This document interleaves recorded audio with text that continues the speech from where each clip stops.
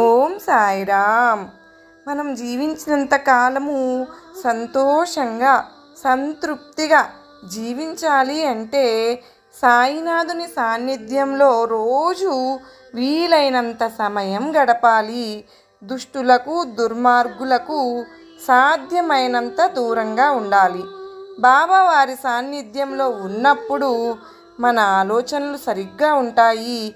చెడు ఆలోచనలు కోరికలు అణికిపోతాయి. బాబావారి సాన్నిధ్యంలో రోజు గడపడం వల్ల ఎంతటి దుర్మార్గుడైనా సన్మార్గుడవుతాడు. ఎల్లప్పుడూ సాయినాథుని నామం జపిస్తూ బాబావారి సాంగత్యంలో ఉండేవారి మనస్సు విశ్వ చైతన్యంతో తాదాత్మ్యం చెంది అంతులేని ఆనందాన్ని కలిగిస్తుంది. సర్వే జనా సుఖినో భవంతు.